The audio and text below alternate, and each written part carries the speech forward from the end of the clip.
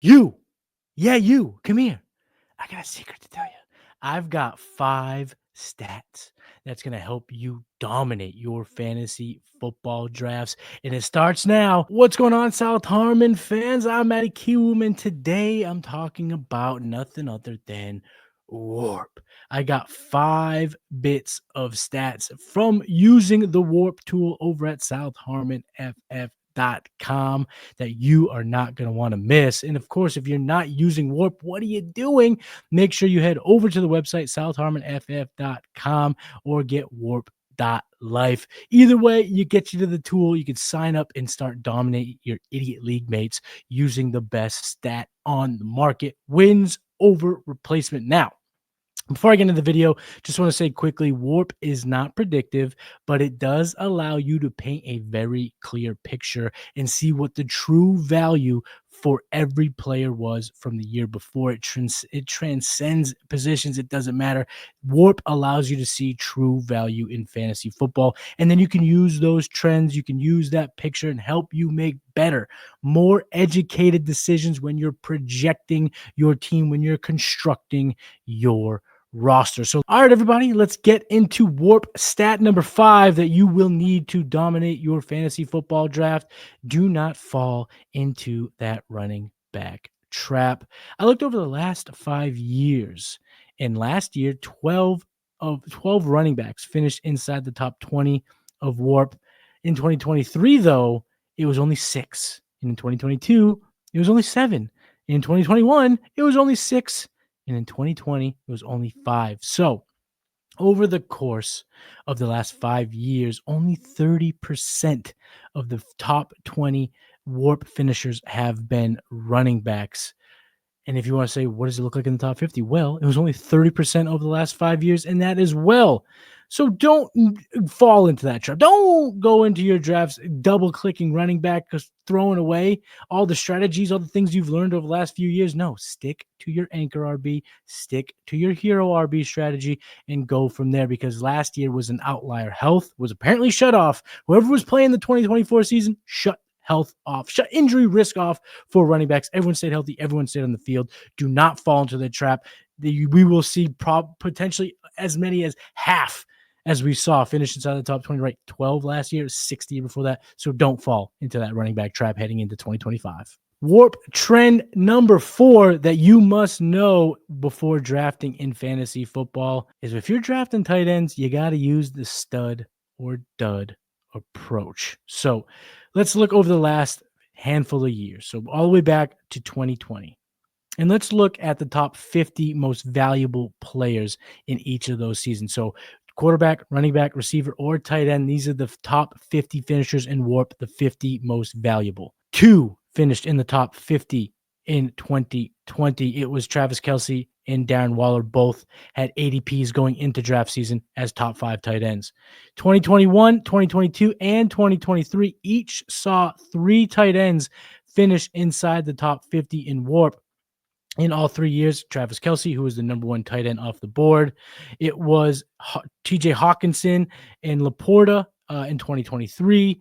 It was Hawkinson and Andrews in 2022. Again, all 3 of those tight ends were top 8 projected in terms of ADP. And then in 2021, it was no different. It was Kelce, it was Andrews, it was Kittle. All of those were top 5 in ADP heading into draft season. So when you look over the totality over the last handful of years, most of the outliers come from last year. Bowers was tight end 11.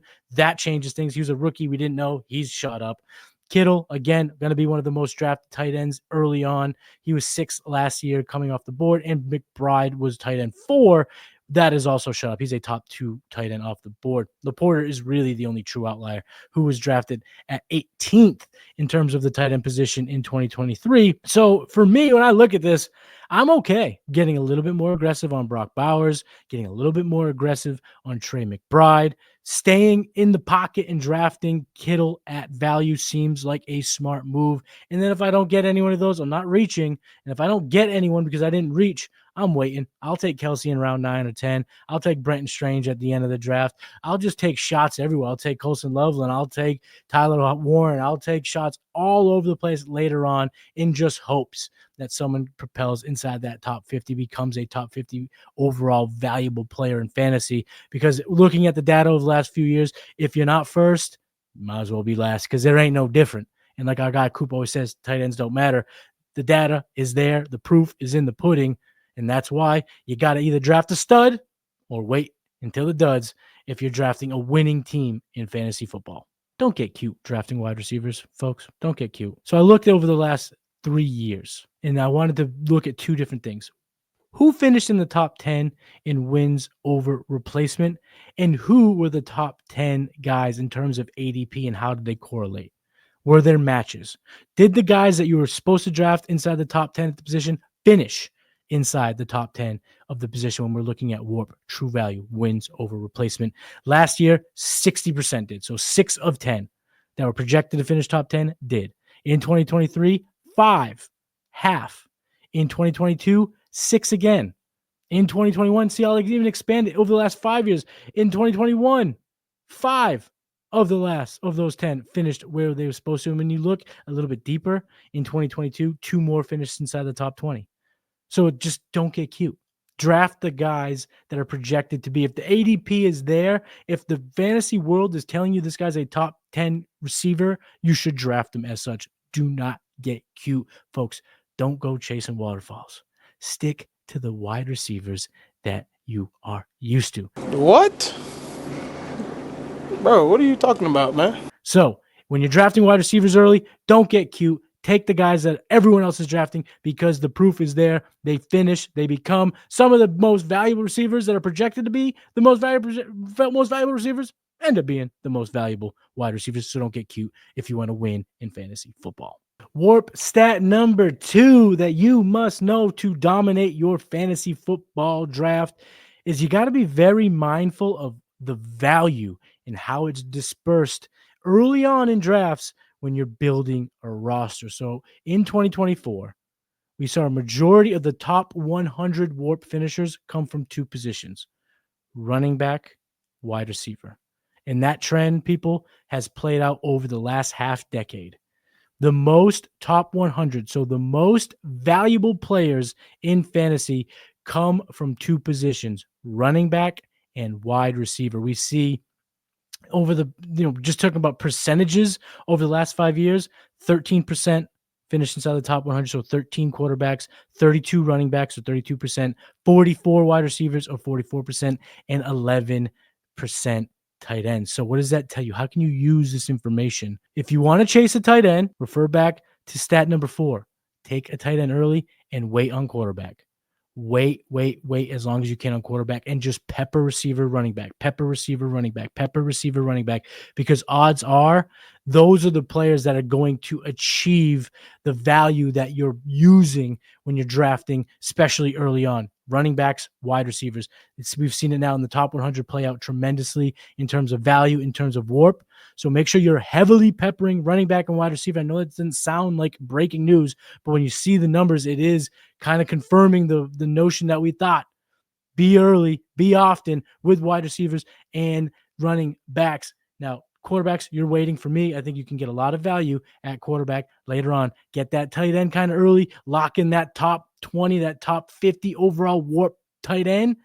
Pepper in those receivers and running backs. All of a sudden, you have a sturdy roster. You have built and constructed a well-rounded fantasy football dominating machine. And that's why you got to be mindful of how you're constructing your roster and seeing where the value is early on. The number 1 WoRP trend stat that you must know to dominate your idiot league mates in fantasy football this year is make sure you are targeting rushing QBs. And this rule is even more important for our 1 QBers. Now, you can parlay this with number 2. This is why I'm waiting on QB, because if you find rushing, guys with legs, guys that can utilize the run later in drafts, you can absolutely dominate your construction heading into the season. So let's look at the WoRP. Let's look at difference makers at quarterback. And the difference maker that I've distinguished here, I think it's pretty clear when you look at the trends, when you look at the charts.